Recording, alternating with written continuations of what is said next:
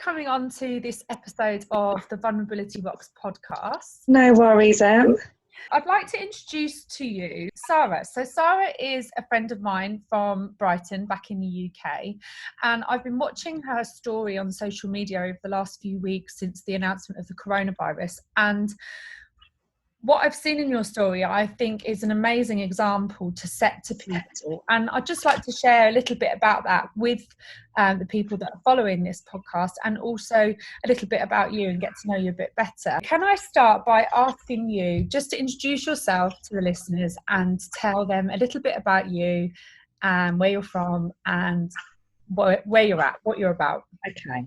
All right. Hi, everyone. My name's Sara. I'm cabin crew for Virgin Atlantic and have been for like nearly 14 years now. Obviously I live in Brighton, Em's hometown. I'm also a personal trainer, which I do like part-time when I'm not flying, or was doing before all this happened. So obviously both my industries were hit quite, badly.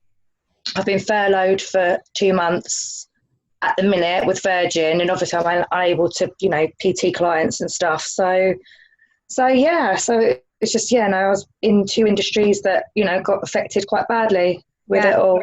And how old are you? And you born in Brighton? Have you always come from Brighton? Yeah, born and bred Brightonian, and I'm 36. She looks like 21. Yeah. Those of you who on YouTube, this girl does not look 30 in her late 30s. So I'd like to talk to you a little bit let's talk about what's going on right now, which is obviously this worldwide pandemic, which has brought every economy to, quite a destabilizing place, and has disrupted every single person, no matter where you're from, what your background is, how much money you've got in the bank, what your weight is, how tall you are. It doesn't matter who you are, this has affected every single person. And you, in your job with Virgin, would have been one of the first people to kind of see some of the real reality of this, because I know that you did a rescue flight, didn't you, to bring some people back because they were stranded. So tell me about that. So basically I was on standby, and this was actually the last flight that I did before being furloughed. So I got called out for Barbados. As soon as we got to Barbados, we were told by the hotel we couldn't leave our rooms. This is just before the lockdown obviously happened in England. So we were like quarantined in our rooms pretty much. It was like room service only. Luckily I take my own food, so I was sorted anyway. But so leaving Barbados, or I think it was the next day, we were informed that we were going via Jamaica to pick more people up that were stranded in Jamaica. So it added like an extra 4 or 5 hours onto the whole journey. Like Barbados, should have been literally just, coming back sort of 7.5 hours. So obviously we did, I think it was like 3 hours to Jamaica, 3 or 4 hours, I can't remember exactly. Yeah, and obviously picked people up. And brought a whole plane full of people back, and everyone sort of clapped when we landed, and it was I think people were really appreciative of it, for us going sort of out of our way to sort of go and pick people up.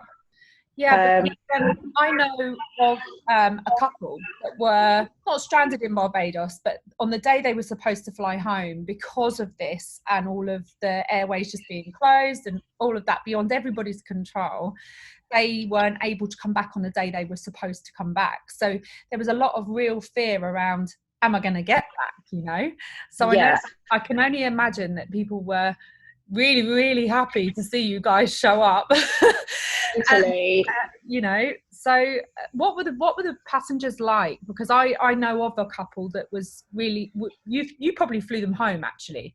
Everyone was actually really nice, and like I said, everyone was quite appreciative, it's not the right word, that we did that, and everyone I think was just happy to be going home. And I know that obviously since I've been furloughed, some of my friends have done rescue flights to places. Obviously they've implemented a lot more stuff into this. It's not a case of you getting a full Virgin service, which obviously we're renowned for having obviously very good services on board. It's literally we're getting you from A to B, There's like, you know, I think it was like they get given like a box with like some snacks and water, and so it doesn't matter what cabin that they were in, because obviously you don't want to be leaning over people, handing them food, and, you know, coming into contact with them. It was literally like just trying to get people home. It doesn't matter if you're sitting in upper class or in economy, everyone kind of had the same, you know, service, so to speak, just because it is just a rescue flight. It's not about, you know, the whole Virgin experience. It was just to get people home. Well, everybody's, it turns into not a service-led journey, it turns into a safety journey, really. And it's probably definitely a rescue flight, because you've got to, now you can't actually be close to these people. It's not like you're rescuing them from a bad place and taking them to a good place. Everywhere at the moment has a risk, even inside the plane, right? So the whole totally changes.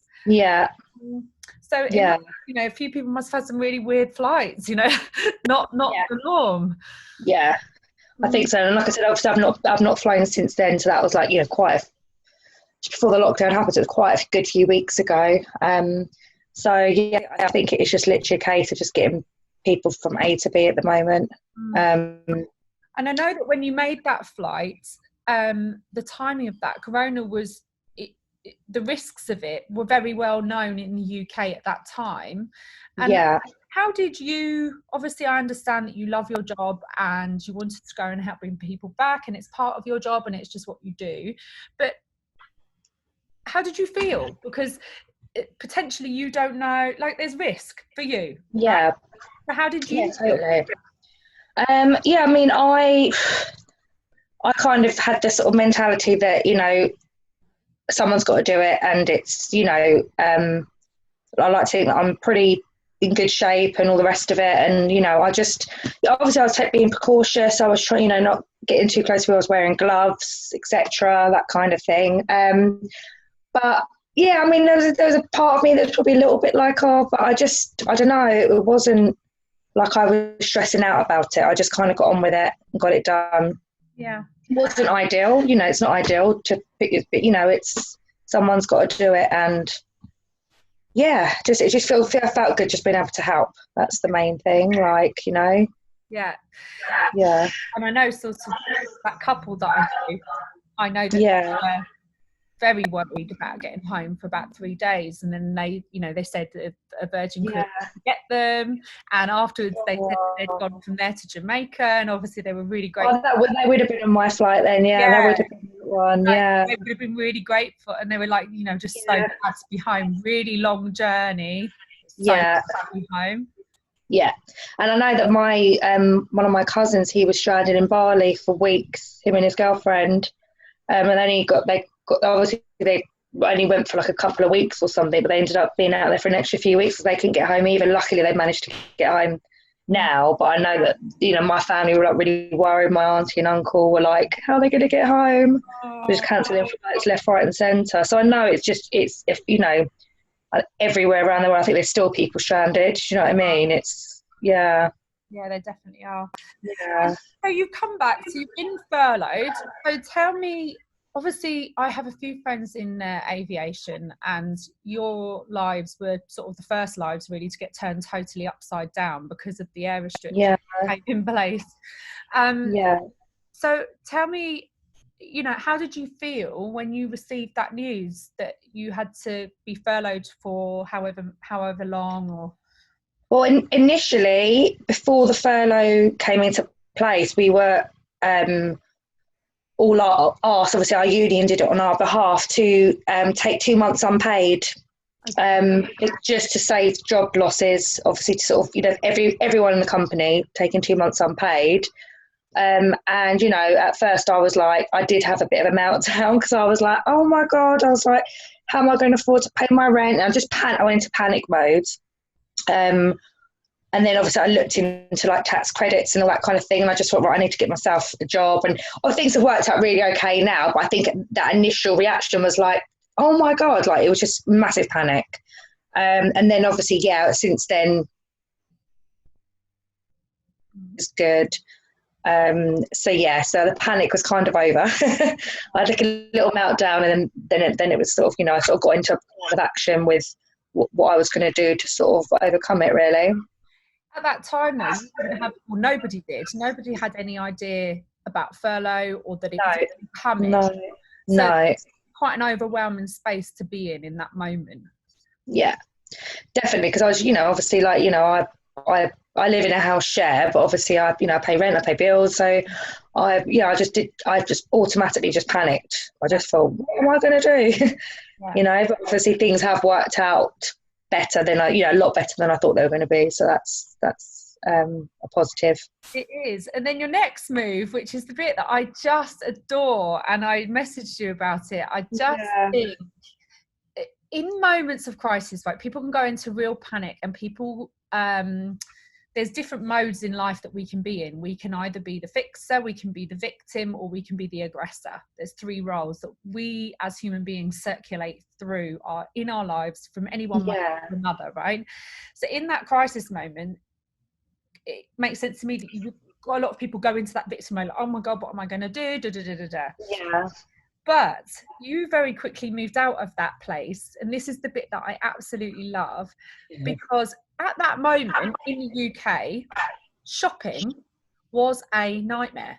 So there was no toilet rolls, there was no washing up liquid, like Dettol had cleared off the shelves, like absolutely mental. I mean, as if there's not warehouses.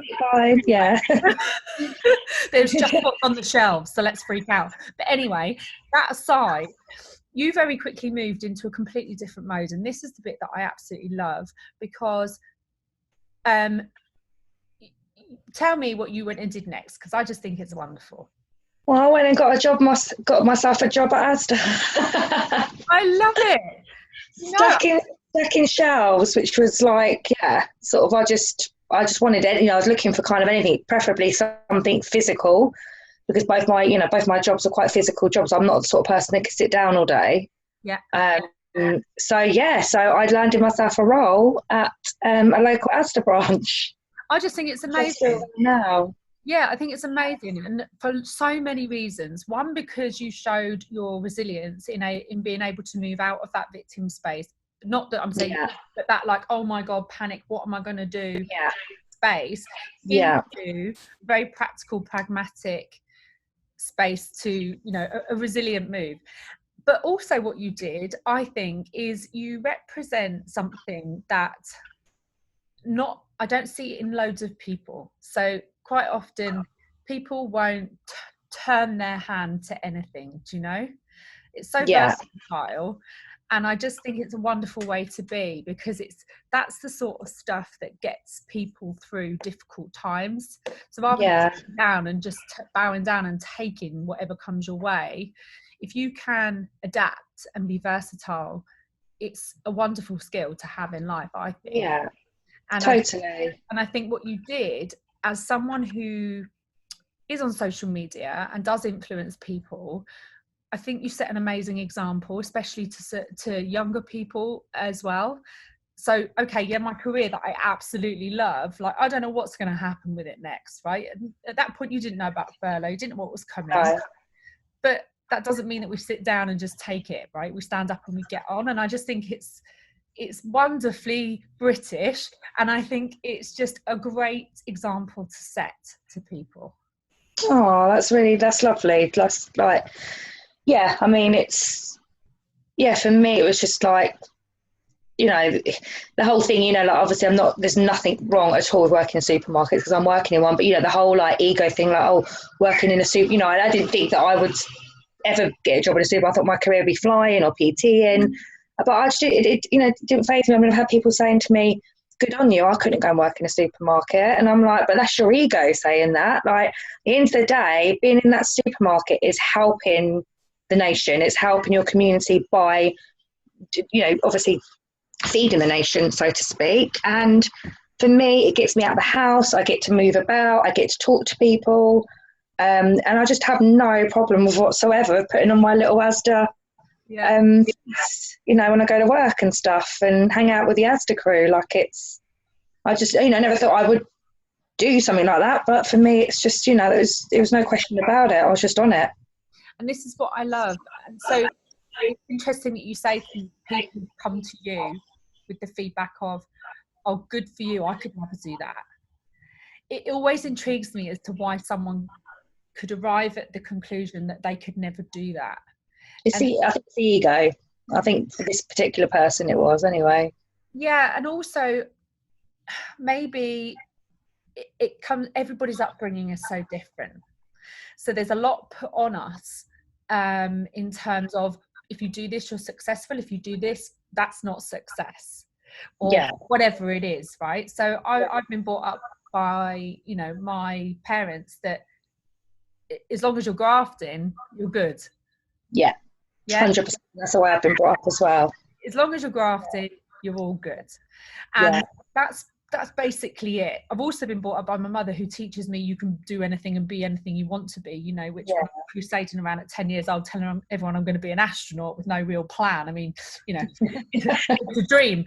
But but it's, you know, fundamentally, you're not above cleaning the toilet, you're not above cleaning floors, you're not, and I have had that drilled into me. And I just think it gives it takes away any shame that we may carry when we're presented with a situation like this, where you do have to shift gears, do something different, you know. And guess what, it's for the greater good anyway, because all of a sudden everyone needs more food delivered to their house, and everyone, that's where it's needed, right? So I always wonder, it is ego, but then where does that come from? Do you know? That intrigues me greatly, because sometimes we have things drilled into us that if we were to go down a certain path, that would be not okay, or okay. Totally. But, you know, I think also, like, you know, there was like loads of things that I was looking into, like care work and stuff like that, and this job just came up, you know, was like sort of one of the first ones. But I wanted to do something that is beneficial to helping in a weird way, like stacking showers with helping, but it is, you know, in a way. Yeah, no, it really is. And it's funny because I've been sort of watching your stories, and in my mind it's like you are doing this, you're delivering the same service and you're delivering the same objective. You've just shifted. Does that make sense? Like, you're still helping people, and you're still helping people in areas that are in like a bit of crisis right now. And, the uniform's different, but the sentiment and the intention is the same. Yeah, definitely. And it's just like pulling, you know, from one trolley to another. Like when I'm pulling the trolleys out, walking backwards down the aisles, it's, you know, same kind of thing, just to, you know, on the ground. Oh, I love it. Obviously not as sunny, but, you know, that will come back to you. Hopefully you'll get all the best trips when you're back online. Oh, fingers crossed. I know. Yeah, I love that. So furloughs come, which is good. But the other thing I wanted to talk to you about is, I know that you're obviously a qualified personal trainer and really into your fitness. And tell me about that in the UK during isolation. Like, I know you've competed in shows before. So I'd like to, if it's all right, touch on that with you a little bit, and also touch on that in regards to emotional and mental health well-being. So competing in one area and just general fitness in another, because I watched your journey when you were doing your competing, and I take my hat off to you. You know, like, in the same way people say, well done for you going to work and do that, I couldn't do it. I couldn't do what you did, because it just like, wow, what a level of commitment to do that. But I'm really intrigued to know, when you were going through that process, there's obviously, in my mind, I'm presuming there's a big difference between training to compete and training to be fit, strong, healthy, and well, sound of mind. Talk me through that whole competing thing and your emotional and mental sort of well-being during that process. Okay, so with the competition, it's obviously like you're taking it to a whole nother level. And it's very mentally challenging. A lot of people will tell you that it's a very lonely sport. It's very you change as a person. So, you know, for anyone with really, severe mental health problems, I would never advise them to do something like that, because I think it can literally, could probably, it's just, I just personally wouldn't. I think anyone with like any kind of like severe eating disorders, anything like that, I don't think it's good for, it's I absolutely loved the process. It was an amazing process. You learn a lot about yourself as a person. But yeah, it's not for the faint-hearted. And I had my days, you probably saw on my stories, because I used to vlog a lot of it. My days where I just, would struggle. It would just be like, it was just like almost like Groundhog Day. Every day I'd get up, go and do cardio, plan when I'm going to eat my food, like this and that. And I segregated myself away from all my friends and family. I couldn't socialise. I didn't want to socialise. I didn't want to be around people. People started to irritate me, the smallest little things, because I was just hungry. My body was like, obviously, pretty much in like starvation mode towards the end. And, just talking to someone, I'd be irritated by them, but it's not them. It was me, like the way, what it was sort of doing to my brain and my body and stuff. So, yeah, I definitely changed as a person during the last several weeks. I wasn't, even my best mate looked at me and she goes, "You've lost your spark in your sparkle in your eyes." But I absolutely, every single bit of what I went through was worth it for the day. Yeah, so the day was like, I've never been married, I've never had a baby, so I've never experienced that pure elation apart from that day, having my friends and family there, and everything I've worked hard for, and stepping on stage, and I absolutely loved it, and I 100% would do it again. It just had to be the right time. If I found it difficult with flying, it's not, flying and bodybuilding doesn't go hand in hand together, because you're all over the place. I did have the last like 4 weeks off of my prep flying. I booked leave and stuff. So, but yeah, up until then, I just, I think the last few flights I did, I literally was just, hating life. Yeah. I was staying awake all night with like no food and being around food and being around people. I was just like, oh. So I will do another one day, definitely, especially because I've been working on my weaker areas since of my off season, since the competition. I've been building up muscle in areas and stuff. I've actually just started a cut in the last few days. I'm doing like a small cut at the moment with my coach Jake, just because I just want to just do maybe like 6 or 8 weeks probably, just to kind of tone up a bit, ready for summer when this lockdown's over, and just sort of see where I'm at physically. But it'll be nothing to the extremes that I went to before. Do you know what I mean? It won't be to that level. It'll just be like a... And did competing change your outlook or change your kind of perspective on how you train others as a PT? Like, did it change it in terms of helping your clients with what's motivating them? Or because a lot of people who are new to this, they'll go online, they'll look at loads of pictures of people with certain physiques who have been competing as a professional bodybuilder for years and years and years, and have this kind of idea that, with maybe a few months work, they could end up looking like this or whatever, right? Unfortunately, social media does that to people, but it's not the reality. So, did competing yourself shift sort of how you felt about training other people and expectations? Not necessarily, no, because a lot of my clients are just normal, mums or, people, they just want to just like tone up, lose weight, learn how to use stuff in the gym. Like, I would never be at that level to sort of prep someone myself, like, do you know what I mean, into a show, if that's kind of what you mean.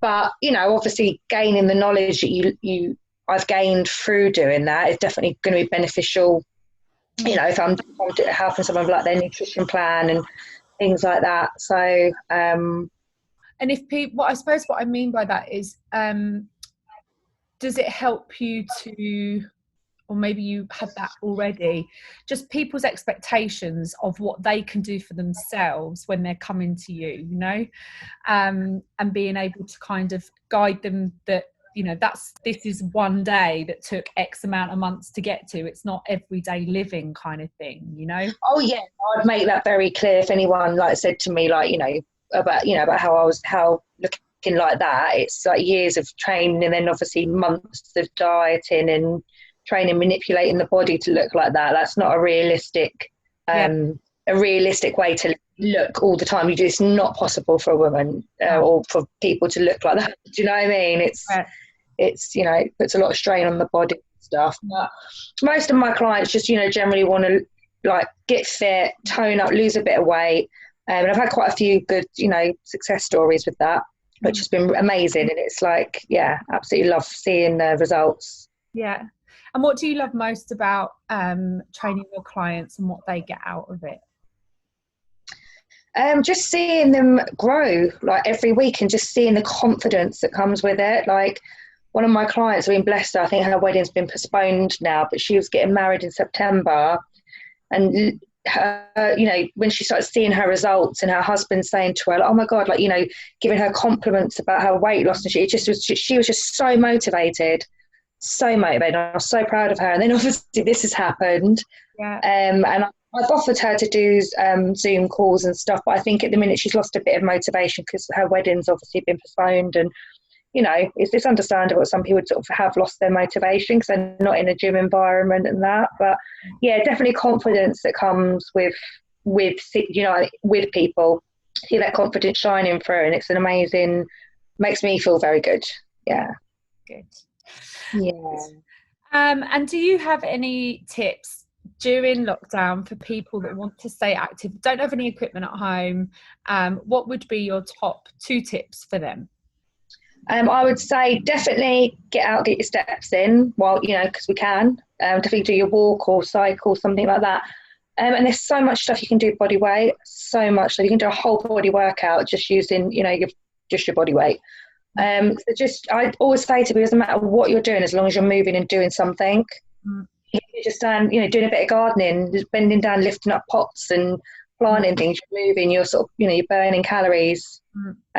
Yeah, just keep moving, you know, even if it's a walk, whatever.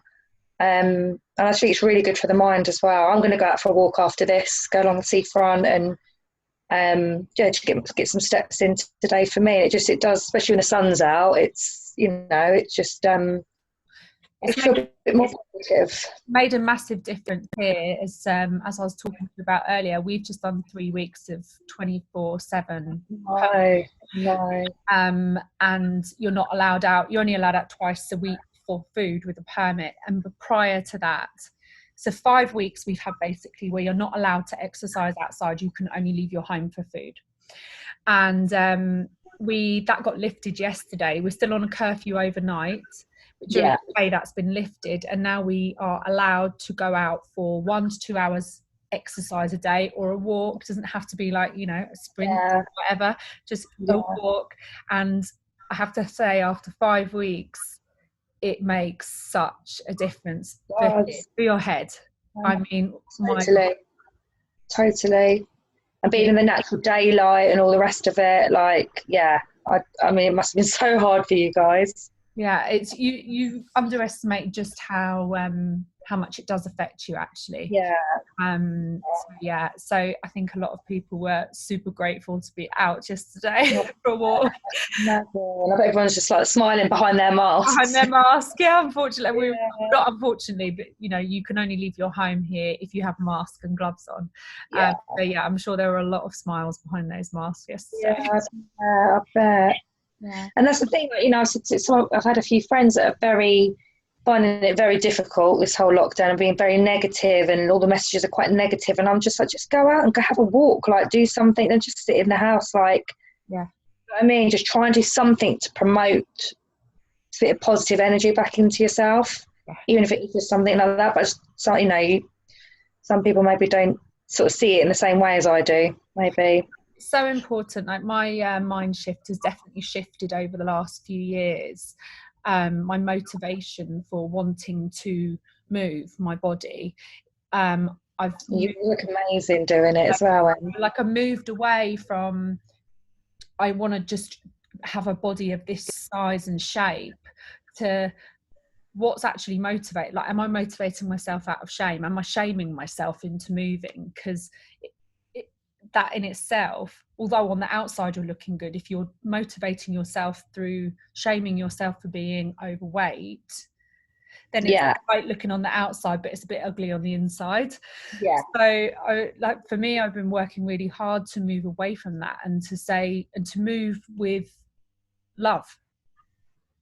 rather than sense. the test and this self-loathing and all of that goes into it. Oh, I can't look at that, so I better go and exercise, or I exercise so I can eat that. This bargaining stuff, has had to be something that I've literally, and it's something I still battle with, pops into my head, and I'm like, I'm doing that bargaining thing again. No, that is not the right motivator. It's not a healthy, wholesome motivator to move. Now, I'm not saying don't move, sit on the sofa, eat pizza all day, every day. Not that. But try and shift your motivator from shame to love. Yeah. Somehow. Yeah. It takes work, because then you have to sit there and think, well, why was I shaming myself into moving? Because why am I shaming myself? Like, oh, with that, you're not good enough, so you must do that. Yeah. It needs to be, you are good enough to move, and you are good enough to be fed well. Yeah. Than you're not good enough, so you should move, and you're not good enough, so you can eat just lettuce or whatever. Right? Like bonkers stuff that sometimes goes through people's minds and people say out loud. It's powerful. Yeah, definitely. Yeah, no, that just definitely makes a lot of sense with it. Yeah, so shifting that is just, I think, really important for sustainable kind of healthy lifestyle. Yeah, that's the thing. It's all about, having a healthy body and stuff. It's about having the healthy mind as well, isn't it? Yeah. So thank you very much for today. Oh, you're so welcome, Em. And it's been lovely getting to know a little bit more about you and hearing about this last few weeks through this crazy time. So thank you very much for joining me. Oh, thank you for having me.